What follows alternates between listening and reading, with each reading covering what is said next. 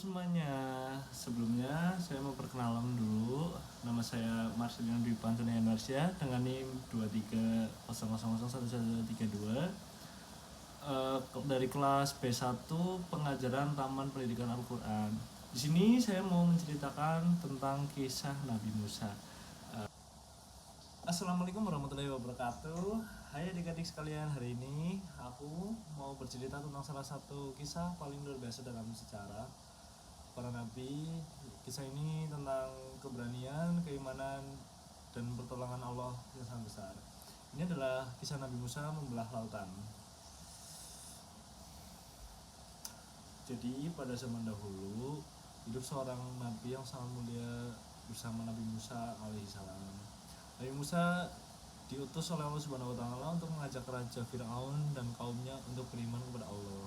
Tapi adik-adik tahu kan, Firaun itu raja yang sombong, kejam, dan tidak mendengarkan nasihat Nabi Musa. Bahkan Firaun selalu menyakiti Bani Israel, yaitu kaum Nabi Musa. Karena kejahatan Firaun, Allah memerintahkan Nabi Musa untuk membawa kaumnya pergi meninggalkan Mesir. Berpindahlah ke tempat yang lebih aman. Nabi Musa dan kaumnya berjalan jauh sekali, melewati padang pasir siang dan malam. Tapi Firaun tidak tinggal diam. Ketika Firaun sadar bahwa Nabi Musa dan kaumnya telah pergi, ia memerintahkan tentaranya untuk mengejar mereka. Bayangan ya adik-adik, di depan Nabi Musa ada lautan luas, ombaknya besar dan tidak ada jembatan sama sekali. Di belakang mereka ada pasukan Firaun yang jumlahnya sangat banyak, membawa kuda, kereta, dan senjata. Kaum Bani Israel panik dan ketakutan dong, karena terus mereka berkata, "Wahai Musa, kita akan tertangkap, kita tidak bisa jalan keluar." Tapi Nabi Musa tidak takut.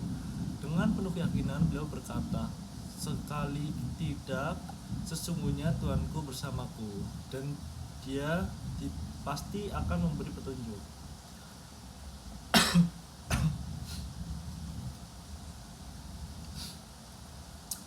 Maaf ya kakak sedikit. Lalu datanglah perintah Allah kepada Nabi Musa, "Hantamkanlah tongkatmu ke laut." Nabi Musa pun mengangkat tongkatnya dan menghentakkannya ke laut. Dan adik-adik tahu apa yang terjadi? Subhanallah, lautan yang luas itu terbelah menjadi dua bagian. Air laut yang seperti dua dinding besar, sementara di tengah-tengahnya muncul jalan yang kering. Bani Israel tidak percaya melihat keajaiban itu.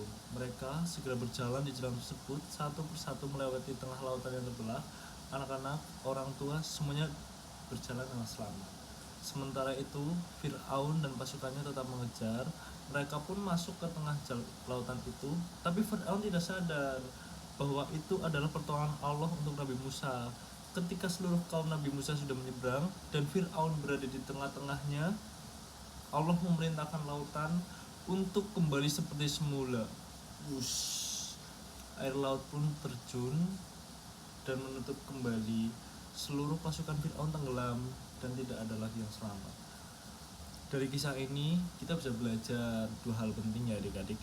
Pertama, jangan pernah takut selama kita berada di jalan yang benar, karena Allah selalu bersama orang yang beriman.